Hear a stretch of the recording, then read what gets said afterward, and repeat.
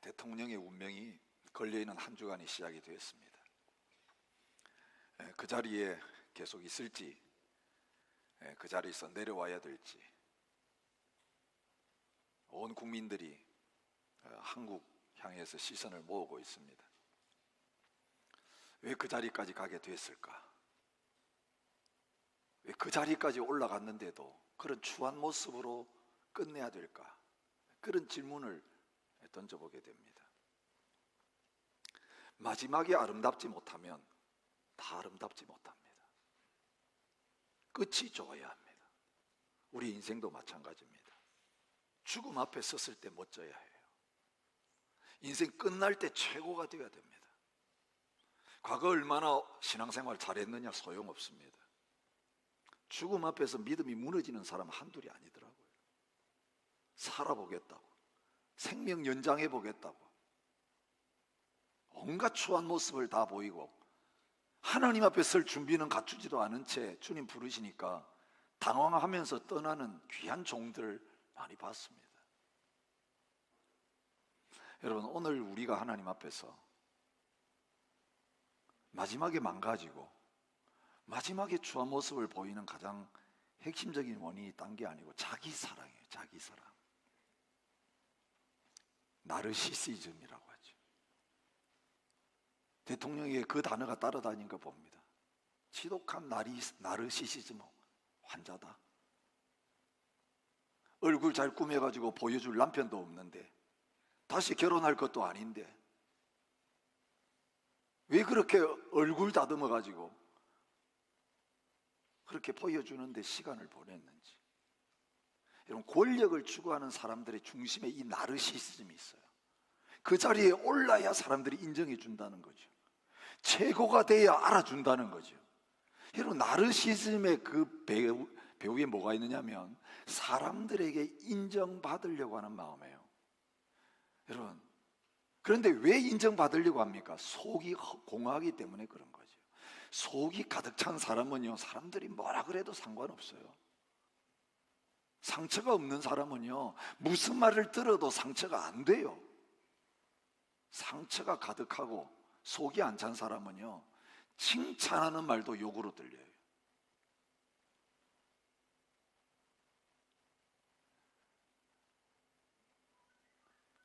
저에게도 이 불치의 나르시시즘 질병이 따라다니는 것을 요즘 느끼게 됩니다. 나르시시즘 설교하면서 물을 안 들였는데요, 요즘은 거울 쳐다볼 때 희끗희끗한 저 머리가 너무 아름다워요. 아, 검은 것만 아름다운 게 아니고 흰 것도 아름답구나. 2부 예배 때는 안 보여줬는데요, 1부 예배 때 지난번 새가족반 수료식한 동영상이 나갔어요. 근데 제 모습이 많이 비춰져 있더라고요. 수료증 전달하는 모습도 나오고 앉아있는 모습도 나오는데, 희끗희끗한 그 모습이 얼마나 아름다운지. 여러분, 제가 또 자랑하는 게 있습니다. 그게 뭔지 아세요? 제가 제 자신에게 위안을 삼는, 그래도 나는 이래, 그래도 나는 이래. 그 중에 하나가 뭐냐면 좋은 목소리입니다. 저의 아내는 전화로 들려오는 저의 목소리에 반했습니다. 안 믿어지시겠죠? 지금 없으니까 하는 이야기인데, 오면 물어보세요. 제가 목회자 사역한다고 목소리가 다 망가졌지, 목회 사역하기 전에는 너무 좋았습니다. 제가 이야기하면 다 뒤돌아봤습니다. 무게감이 있고 얼마나 카리스마가 들어있는 목소리인지. 하나님, 나이 들면서 그것도 확 깨버렸습니다. 오늘 이 망가진 목소리 가지고 설교합니다. 근데 왜 이 목소리가 이렇게, 저는 항상 큰 소리를 좋아하거든요. 기도도 크게 하고 찬양도 크게 하고 설교도 크게 하고. 누가 이렇게 만들었는가 가만히 범인을 따져봤더니 주일학교 선생님들이었고 교회였습니다. 맨날 주일학교 선생님 아이들 앉혀놓고 누가 더 크게 하나, 대답도 조그맣게 하면 먼저 또 물어봐가지고 또 소리 지르게 만들고, 찬양도 막 소리 지르게 만들고. 저는 시키는 대로 모범생이기 때문에 열심히 따라했더니 제 목소리가 이렇게 웅장하고 우렁하게 됐습니다. 태어날 때부터 우렁찬 목소리는 아니었어요. 교회가 그렇게 만들었어요. 그래서 저는 하나님이 크게 하면 받아주신 줄 알았어요. 잘해야 받아주신 줄 알았어요. 남들보다 더 크게, 더 잘해야 돼. 이게 1등병이에요. 1등병. 그게 우리의 나르시즘의 본질이에요. 공부도 잘해야 되고, 얼굴도 잘나야 되고, 키도 커야 되고, 뭐든지 큰 게 좋다. 그래서 목소리만 큰 게 아니라 공부도 늘 1등 했습니다. 잘해야 된다. 머리가 되고 꼬리가 되지 말라.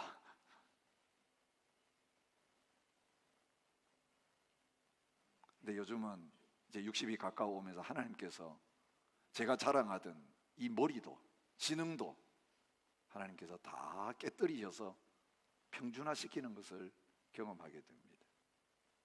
요즘은 성도님 이름이 떠오르지 않습니다. 옛날에 성도님들 이름 그냥 다 외웠습니다. 저희 아내가 저보다는 지능이 좀 떨어집니다.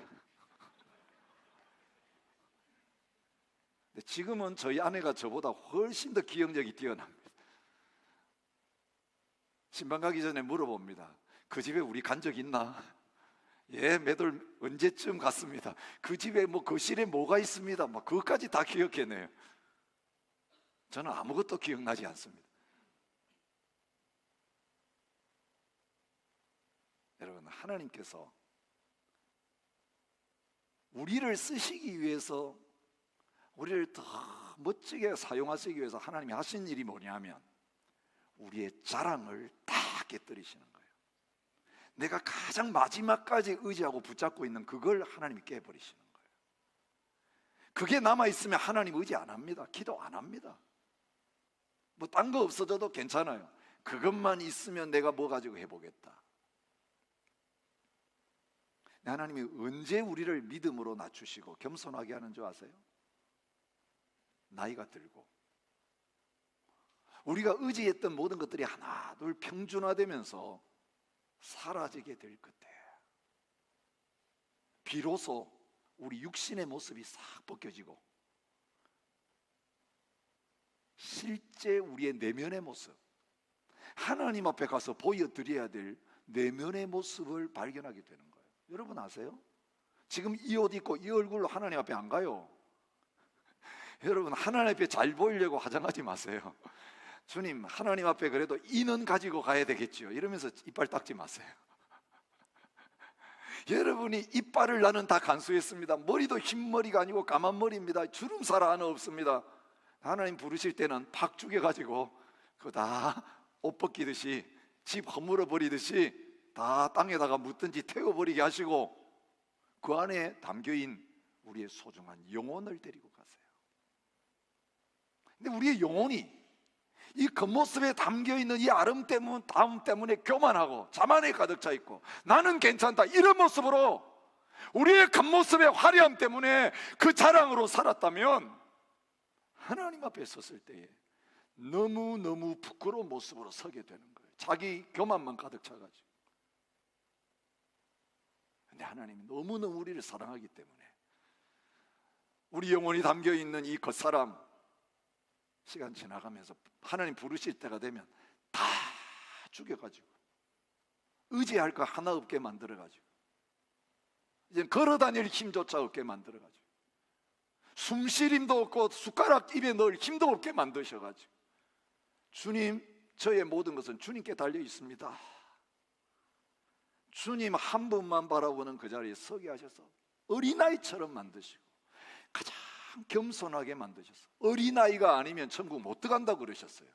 우리의 내면이 어린아이처럼 겸손하고 낮아질 때에 하나님 아버지 앞에 사랑받는 그 주님 닮은 모습으로 서게 하시는 놀라운 역사가 있게 되는 것입니다.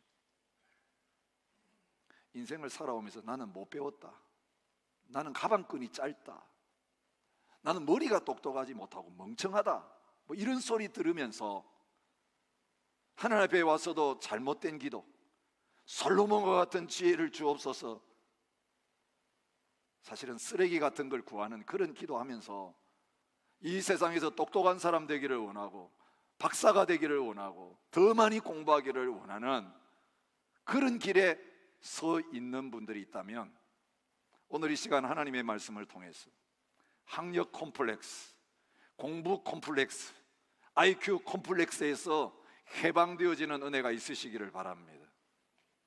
여러분, 박사학위 안 따도 괜찮습니다. 나는 왜 이렇게 여기 와서 공부하는데 안 풀리냐? 여러분, 공부해봤자 소용없는 경우가 얼마나 많은지 몰라요. 박사학위 따서 뭐 하게요? 저는 독일에서 수많은 박사들을 한국 땅으로 돌려보냈습니다. 유학생 목회하면서. 근데 박사해가지고 강사하면서 입에 풀칠하기도 뭐 어려운 사람들이 수두룩하더라. 여러분, 박사 그 다음이 행복하지 않습니다. 박사학위 따면서 자살하고 싶다는 말을 하는 우리 학생들을 수없이 만났어요. 이 종이 한 장 받으려고 내가 이렇게 잠 못 자고 외국 땅에 와가지고 수모를 당하면서 수고했냐. 솔로몬의 고백이 딴 거 아닙니다. 솔로몬은 어떤 사람입니까? 지혜의 대명사입니다. 왕이 되었을 때 하나님 앞에서 1000번제를 드리고 너 뭐 해주기 바라느냐 주님 말씀하실 때 지혜요. 나라 다스리려면 지혜가 있어야 됩니다. 그래서 하나님께서 그에게 지혜를 주신 사람이에요. 이 솔로몬이 지혜 받아가지고 얼마나 지혜로운 학자로서의 삶을 살았는지 모릅니다. 열왕기상 4장 29절부터 34절에 솔로몬의 지혜를 이렇게 요약하고 있어요. 하나님이 솔로몬에게 지혜와 총명을 심히 많이 주시고 또 넓은 마음을 주시되 바닷가에 모래같이 하시니 솔로몬의 지혜가 동쪽 모든 사람의 지혜와 애굽의 모든 지혜보다 뛰어난지라. 요즘 말로 하면 동양 서양 모든 지식인 중에 최고라는 이야기입니다. 그는 모든 사람보다 지혜로워서 그 당시에 학자로 인정받았던 예스라 사람 에단과 마홀의 아들 헤만과 갈골과 다르다보다 나음으로 그의 이름이 사방 모든 나라에 들렸더라. 그가 잠언 3000가지를 말하였고 그의 노래는 1005편이며 그가 또 초목에 대하여 말하되 레바논의 백향목으로부터 담에 나는 우슬초까지 하고 식물학 박사였다는 이야기입니다. 그가 또 짐승과 새와 기어다니는 것과 물고기에 대하여 말한지라 동물학 박사였다는 거예요. 불행히도 그가 지은 책은 안 남아 있습니다. 사람들이 솔로몬의 지혜를 들으러 왔으니 온 세상 사람들이 이스라엘로 유학 왔는데 최고의 석학, 명교수 솔로몬 얼굴이라도 봤으면 좋겠다. 스바 여왕이 그 지혜 들으려고 왔습니다. 스바 여왕만 온 게 아니라 오늘 표현에 하면 모든 사람들이 솔로몬의 지혜 배우려고 모여들었다 말하고 있습니다. 여러분, 전에도 없고 후에도 없는 최고의 지식인이고 학자예요. 그 솔로몬이 이 지혜에 대해서 연구한 것을 마지막으로 발표하는 논문이 전도서예요. 우리 1장 12절부터 이 전도서를 열면서 지혜의 문제를 다루고 있는 것을 보게 됩니다. 여러분이 아시는 것처럼 저는 지혜로운 사람일 뿐만 아니라 지혜에 대해서 한평생 연구한 사람입니다. 학문에 대해서 나는 한평생을 바치며 연구했습니다. 그런 이야기를 합니다. 1장 13절에 보니까 그냥 공부한 정도가 아니고요, 마음을 다하여 연구하고 살폈다라고 말하고 있습니다. 1장 17절에도 마음을 썼다라고 말합니다. 지혜가 뭔지 알고 싶었어. 전도서 7장 25절에는 전심으로 지혜와 명철을 살피고 연구했다라고 말하고 있습니다. 27절에는 낱낱이 살펴서 연구했다라고 말하고 있습니다. 잠언의 마지막 12절에 전도서의 마지막 12장 9절부터 10절에 전도자는, 여러분 이 전도자가 솔로몬을 가르치는 거죠. 1장 1절에 나와요. 전도자는 지혜자이어서 여전히 백성에게 지식을 가르쳤고 또 깊이 생각하고 연구하여 잠언을 많이 지었으며 전도자는 힘써 아름다운 말들을 구하였나니 진리의 말씀들을 정직하게 기록하였느니라. 그 지혜에 대한 연구의 결정판이 잠언이라고 말할 수 있는 거지. 지혜의 책 잠언. 그가 지혜에 대해서 연구하면서 알고자 했던 던졌던 질문이 전도서 6장 8절에 나옵니다. 연구의 주제가 뭐였느냐? 지혜자가 우매자보다 나은 것이 무엇이냐? 이게 말년에 지혜에 대해서 깊이 고민하면서 던졌던 질문이에요. 무슨 말이겠습니까?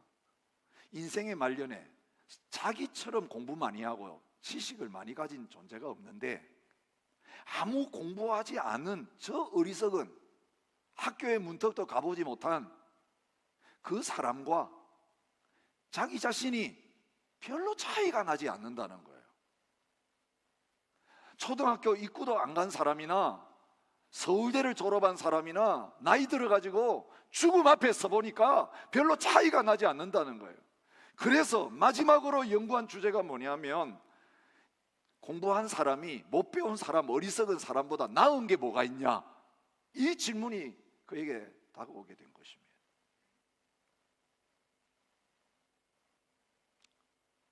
이렇게 연구하면서 내린 결론이 오늘 본문에 두 가지로 나옵니다. 첫 번째, 세상 지혜. 해 아래에서 사람들이 태어나가지고 공부하면서 쌓으려고 하는 이 땅에서의 지혜와 지식, 조금은 유익하다. 세상 사는데 조금 도움된다. 그렇게 말하고 있습니다.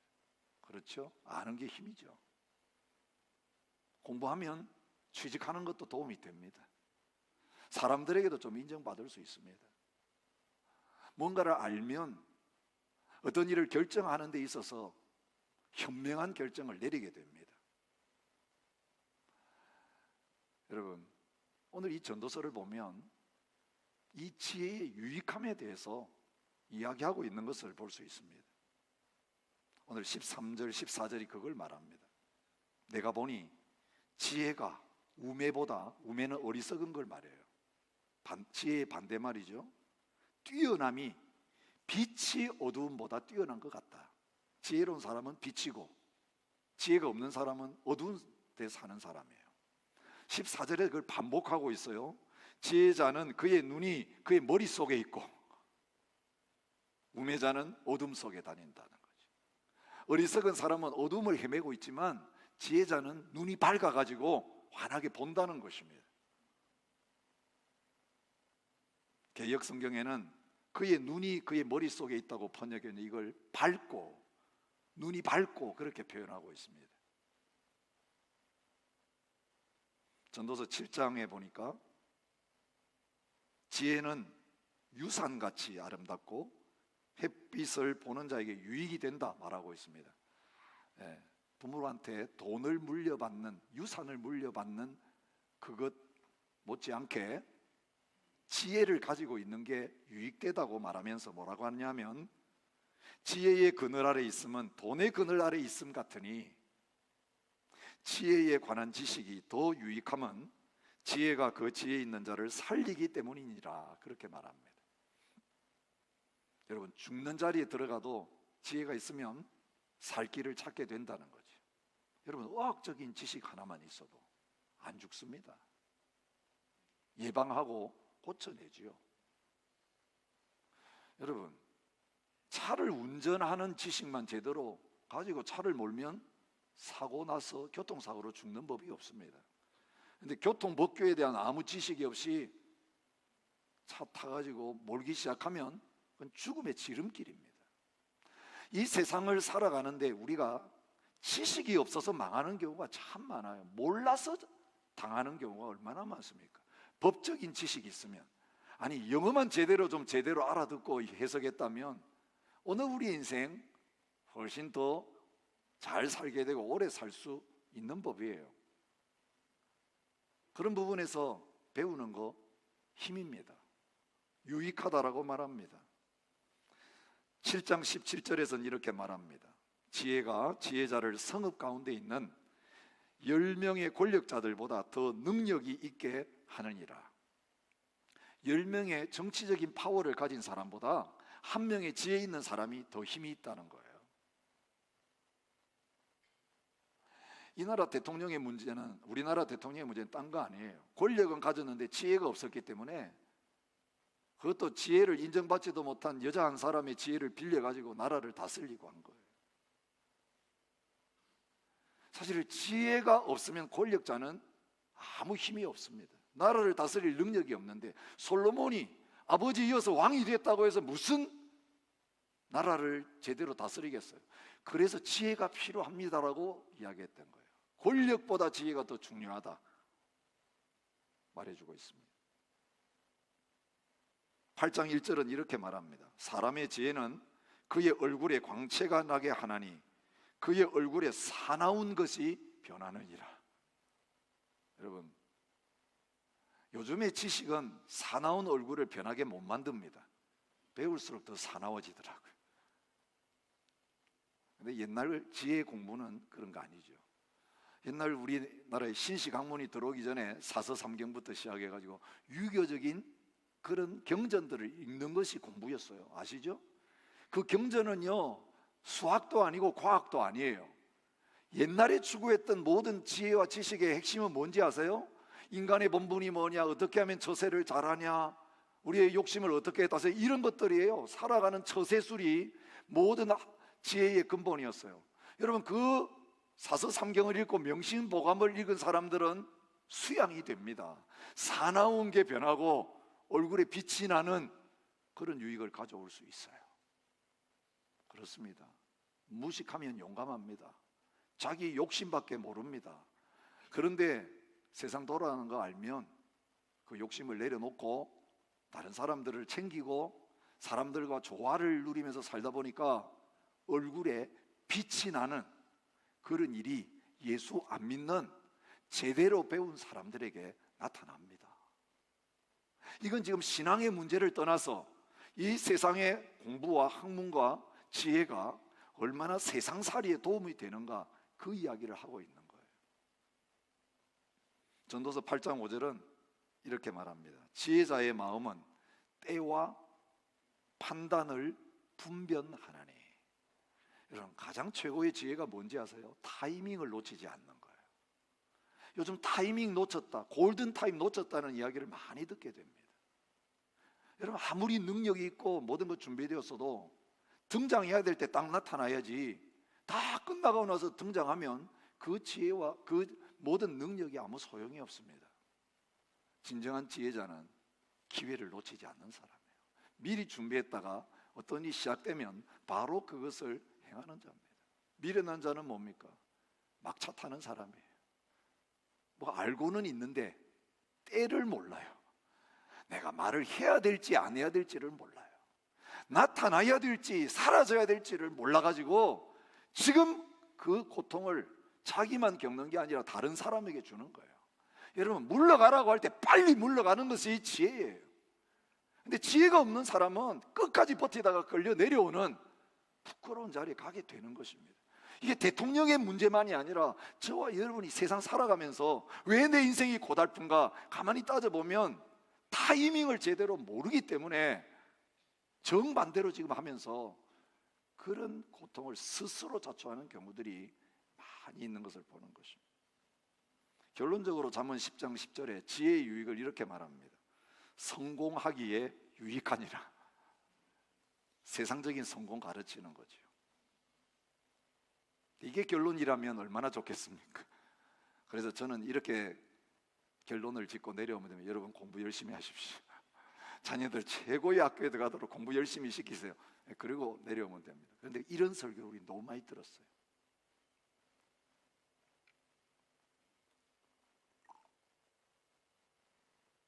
교회에서 너무 사람들 똑똑하게 만들었어요. 저는 대학에 들어가면서 신앙을 잃어버렸습니다. 어릴 때부터 부모님께 받아오는 신앙을 대학 들어가서 교수님의 강의 들으면서 다 까먹었습니다. 그것도 기독교 대학, 선교사가 되온 그 대학에 들어갔어요. 지금 우리가 호주에 자녀 교육 때문에 와가지고 그렇게 기도하면서 셀렉티브에 들어가게 해주세요. 좋은 과에 들어가서 그렇게 들어가지고 딱 집어넣어 놓고 세상의 지혜와 지식으로 그 자녀들 꽉 채워준 다음에 하나님 떠나게 만드는 그 일을 우리가 하고 있습니다. 땅을 치고 통곡합니다. 차라리 학교 안 갔으면 좋았을 텐데, 아예 글을 몰랐으면 좋았을 텐데.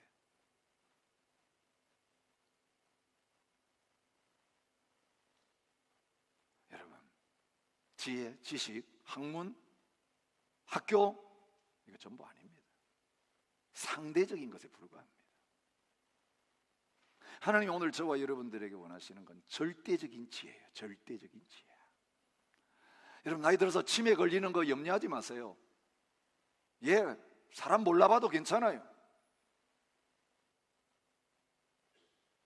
조금 전에 밥 먹은 거 몰라도 괜찮아요. 여러분, 나이 드시면 내가 자꾸 기능이 약해지기 때문에 옛날 기억은 나는데 최근에 일어난 건 아무것도 몰라요. 건망증도 있고 선망도 있고 또 치매 증상도 있을 수 있어요.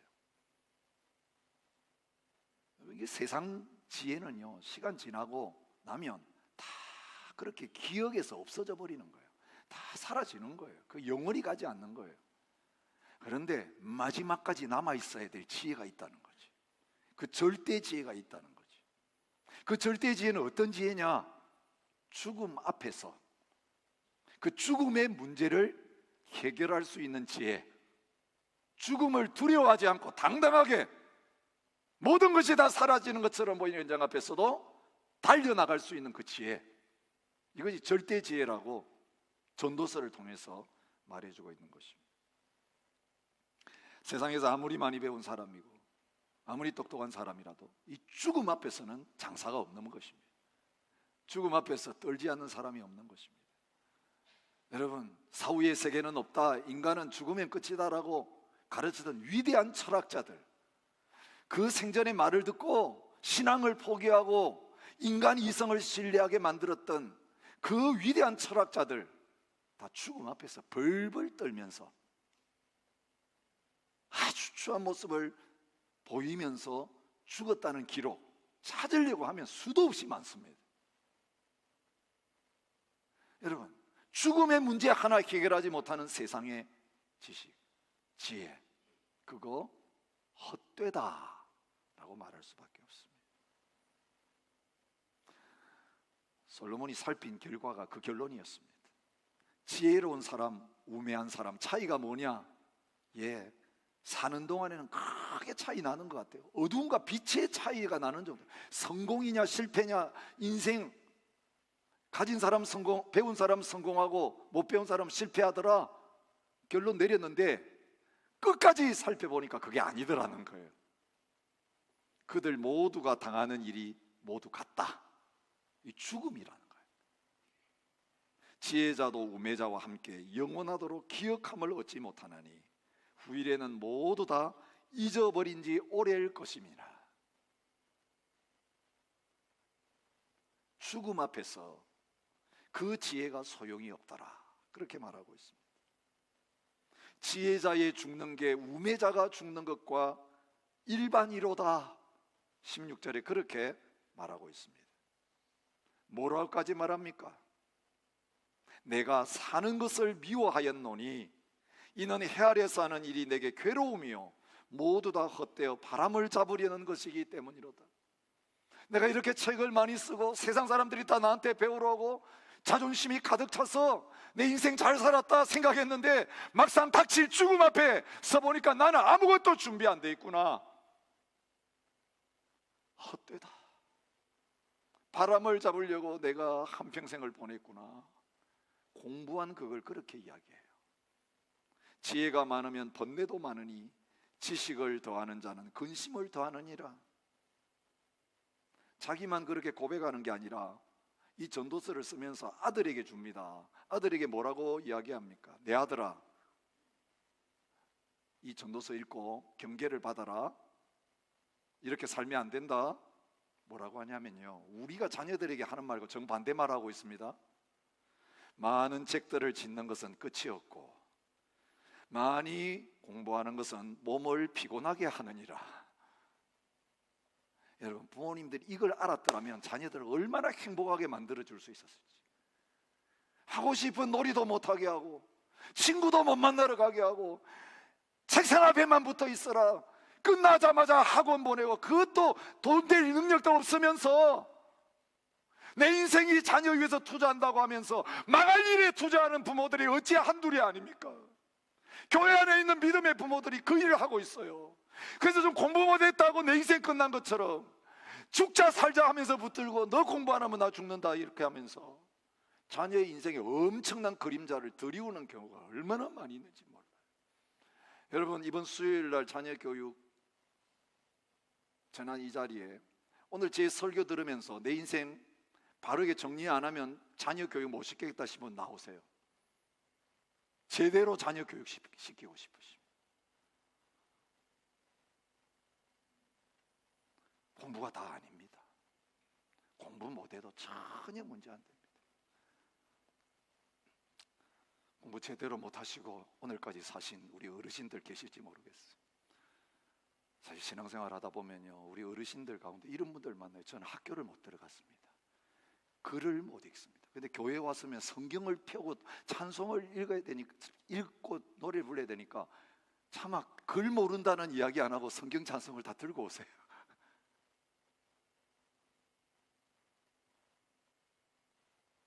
근데 그분들 아주 행복하게 너무너무 신앙생활 하는데 아무 문제 없이, 오히려 배운 사람보다도 더 사모하고 더 간절히 하나님을 찾고 더 큰 천국의 행복을 누리는 사람을 너무너무 많이 봤습니다. 좀 똑똑하다고 성경에 대해서 따지고 지나로운 창조론을 썼고 어떤 일이 요즘 일어나, 이런 인간들이 하나님의 은혜 이 문턱도 넘지 못하고 교회 다니면서 늘 비판적이고 자기도 천국 안 들어가고 다른 사람도 못 들어가게 하는 그런 장애물이 되는 경우가 얼마나 많은지 모릅니다. 세상의 지혜와 지식이 문제가 아닌 것입니다. 여러분, 헛된 것들을 위해서 죽음 앞에 설 때 아무 도움이 되지 않는 세상의 지혜와 지식, 그것을 위해서 남은 생애를 조금이라도 쏟아붓지 마시기를 진심으로 축복합니다. 단지 15분이라고 하는 연극이 있습니다. Just 15 minutes. 어릴 때부터 총명했던 주인공은 뛰어난 성적으로 박사 과정을 수료했습니다. 논문 심사에서도 극찬을 받아가지고 학위 수여만을 남겨놓고 있었습니다. 그의 앞길은 장밋빛 그 자체였습니다. 그러던 어느 날 가슴에 심한 통증을 느껴서 정밀 검사를 받아보니까 15분밖에 살지 못하는 시한부 인생이라고 하는 진단을 받았습니다. 망년자실하는 가운데 5분이 지나가 버렸습니다. 10분밖에 안 남았습니다. 그때 그가 누워있는 병실에 한 통의 전보가 도착했습니다. 억만장자였던 당신 삼촌이 금방 돌아가시면서 재산을 당신에게 상속했습니다. 상속 절차를 밟아 주십시오라는 전보였습니다. 운명의 시간이 멈추지 않고 계속 다가오는 가운데 또 하나의 전보가 도착했습니다. 당신의 박사학위 논문이 올해 최우수 논문상을 받게 된 것을 축하합니다. 아무 위로가 되지 않았습니다. 절망에 빠져 있는 그에게 또 한 통의 전보가 도착했습니다. 애타게 기다리던 연인으로부터 결혼을 승낙한다라고 하는 기쁜 소식이었습니다. 그러나 그에게는 아무 기쁨이 되지 못했습니다. 전보받는 사이에 10분이 다 지나고 그는 숨을 거두고 말았습니다.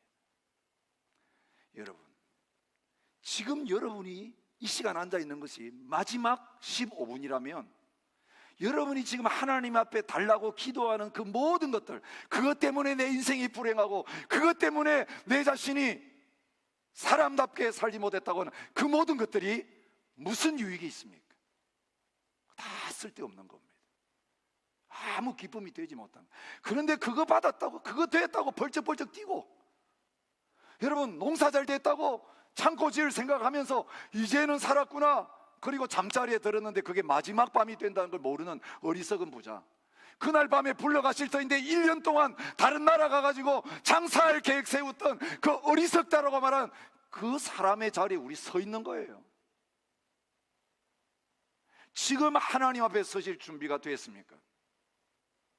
여러분, 이제까지 신앙생활해 왔는데, 이제까지 하나님 말씀 배우고 들어왔는데, 내가 지금 이 예배를 마치고 하나님 앞에 부름받았을 때에 주님 감사합니다, 할렐루야, 이제 다 놓고 가겠습니다라는 마음으로 지금 준비되어 있지 않다면 여러분 심각한 문제를 가지고 있는 거예요.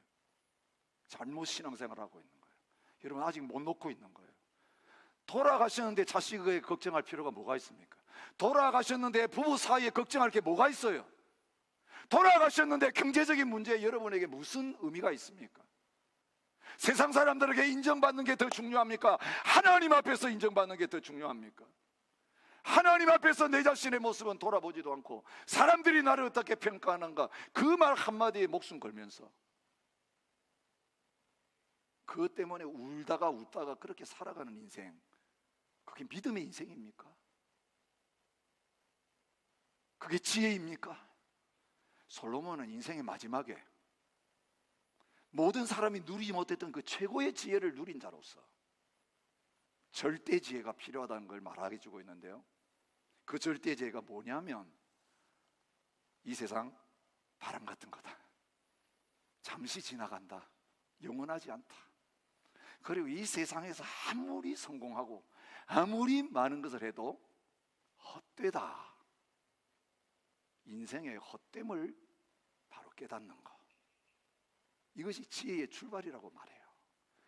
헛된 것을 헛된 줄 모르고 붙잡으려고 살아간다면 아직 지혜의 학교에 입학하지 못한 겁니다. 입학 원서를 낼 마음이 없어요. 목사님 그런 말 하지 마세요. 지금 제가 얼마나 다 이뤘는데 마지막만 하면 이제 끝나니까요. 그 사인하고 나서, 영주권 받고 나서, 그 다음 결혼하고 나서, 그 다음 취직하고 나서면 모르겠지만 지금 다 됐어요. 지금까지 기다리면서 요것만 되면 되는데 지금 그 말씀하시면 안 되죠. 지금 여러분이 들어야 될 말씀이에요. 그 받는 거 기다리지 마세요. 그 받는 게 여러분의 신앙에 도움 안 됩니다. 여러분 망칠 수 있어요. 그거 받은 다음에 영원히 주님과 빠이빠이 하고 신앙과 빠이빠이 하고 그거 너무 좋아서 우상이 돼가지고 저 세상으로 떠내려가는 그런 그리스도인들이 한둘이 아니라고요. 영주권 되기 전에는 안 되는 상황에서 기적을 베풀어 주옵소서, 여기 있게 해주옵소서, 그래서 기적을 받았어요. 안 되는 영주권이 나왔어요. 그 다음 어디로 갔습니까? 이 나라에서 행복하게 잘 먹고 잘 살기 위해서 언제 그랬다는지 기도의 자리 떠나고 예배 자리 다 떠난 그리스도인들을 많이 봅니다. 암에 걸려서 기적을 베풀어 살려주십시오. 그래서 하나님 옆에 매달렸던 성도들이 암에서 낫고 나니까 그 건강한 몸 가지고 세상 재미 즐기느라고 멀리 멀리 떠나간 거 한두 번 본 거 아닙니다. 헛됩니다. 건강도 헛되고 지식도 헛되고 쾌락도 헛되고 돈 많이 버는 것도 헛됩니다. 가정도 헛됩니다. 자녀 키우는 것도 헛되고 부부의 관계도 헛됩니다. 헛된 건 헛된 건 줄 알아야 돼요. 거기에서 내 인생의 행복을 찾고 뭔가 인정받아 보려고 뛰어다니는 그 삶, 예수님 오기 전에 청산해야 지혜의 학교에 이제 제대로 들어갑니다. 주님, 이거 나에게 행복 준 자리 다 찢어버립니다. 이 졸업장 가지고 내가 하나님 앞에 들어갈 수 없는 거 알기에 저는 아무것도 못 가진 존재네요. 아무것도 모르는 존재네요. 주님 가르쳐 주십시오. 주님, 내가 말씀을 몰랐습니다. 복음을 몰랐습니다. 이 모습으로 주님 앞에 나가요. 여호와를 경외하는 것이 지혜다. 내 인생에 낙이 없다고 할 그때 가까워지기 전에, 그때 되기 전에 창조주를 기억하라. 그 하나님 앞에 서서 보고해야 된다. 그 하나님 앞에서 그 겉모습 다 벗고 너 속모습 하나님 앞에 보여줘야 된다. 그때 벌거벗은 모습으로 서는 게 아니라 예수 그리스도로 옷 입고 완벽하게 의로운 빛의 자녀로 하나님 앞에 나설 준비를 갖추라고 주님 말씀하고 계시는 것입니다. 내가 만든 옷 입고 하나님 앞에 못 섭니다. 육체의 옷까지 다 벗기십니다. 내가 지은 거 하나도 못 가져갑니다. 그 마지막 수의로는 입을 수 있지만 수의는 하나님 나라에 가져가는 옷 아니에요. 장례식용이에요. 아시죠? 수의 땅에 묻으면 같이 썩습니다. 불태우면 수의 같이 타버리는 거지 하나님 나라 입고 가는 옷 아니라고요. 여러분, 유교식 사고에는 그 수의에다가 노잣돈까지 집어넣어요. 참 얼마나 어리석은 것이에요. 내 영혼이 하나님 앞에 서야 돼요. 내 영혼이 하나님 앞에 설 수 있는 것, 벌거벗지 않고 설 수 있는 것은 예수 그리스도의 옷을 완벽하게 입는 거예요. 흰 세마포 옷을 입는 거예요. 그 속은 썩고 문드러지고 추해도 예수님으로 옷 입은 사람들은 당당하게 하나님의 나라에 들어갈 수 있는 권세를 얻는 것입니다. 참된 지혜는 예수 그리스도이십니다. 나는 부활이요 생명이니 나를 믿는 자는 죽어도 살겠고 살아서 나를 믿는 자는 영원히 죽지 아니하리라. 오늘 우리가 이 성찬의 자리에 나가는 건 그겁니다. 내 살을 먹어야 된다, 내 피를 마셔야 된다는 것은 예수님이 내 위에 죽으시고 부활하셨다는 것을 믿음으로 예수님을 내 안에 받아들이는 거예요. 예수님, 이제는 내가 예수님 안에 있고 예수님이 내 안에 계십니다. 그러기에 나는 예수님으로 완벽하게 옷을 입었습니다. 발끝부터 머리까지 예수님 안에 다 있기 때문에 나의 허물은 하나님 앞에 드러나지 않습니다. 그래서 있는 모습 그대로 주님 앞에 나올 수 있습니다. 부끄럽지 않습니다. 지금 불러가셔도 괜찮겠습니다. 나는 지금 주 안에 있습니다. 나는 주님 안에 있기 때문에 행복하고 주님 앞에 있기 때문에 오늘 부르셔도 세상 수고 걱정 이게 무슨 미련이 있습니까? 건강하게 고쳐봐야 또 병들면 의사 찾아다니고 또 약 먹어야 되는, 결국 죽게 될 몸인데 이 몸에 연연하지 않고 세상의 성공에 연연하지 아니하고 하나님 앞에 자녀된 거 하나만으로, 하나님의 백성된 거 하나만으로 행복합니다. 땅의 기업 다 놓고 가야 되지만 하늘의 영원한 기업, 그것이 내 것이니 감사합니다.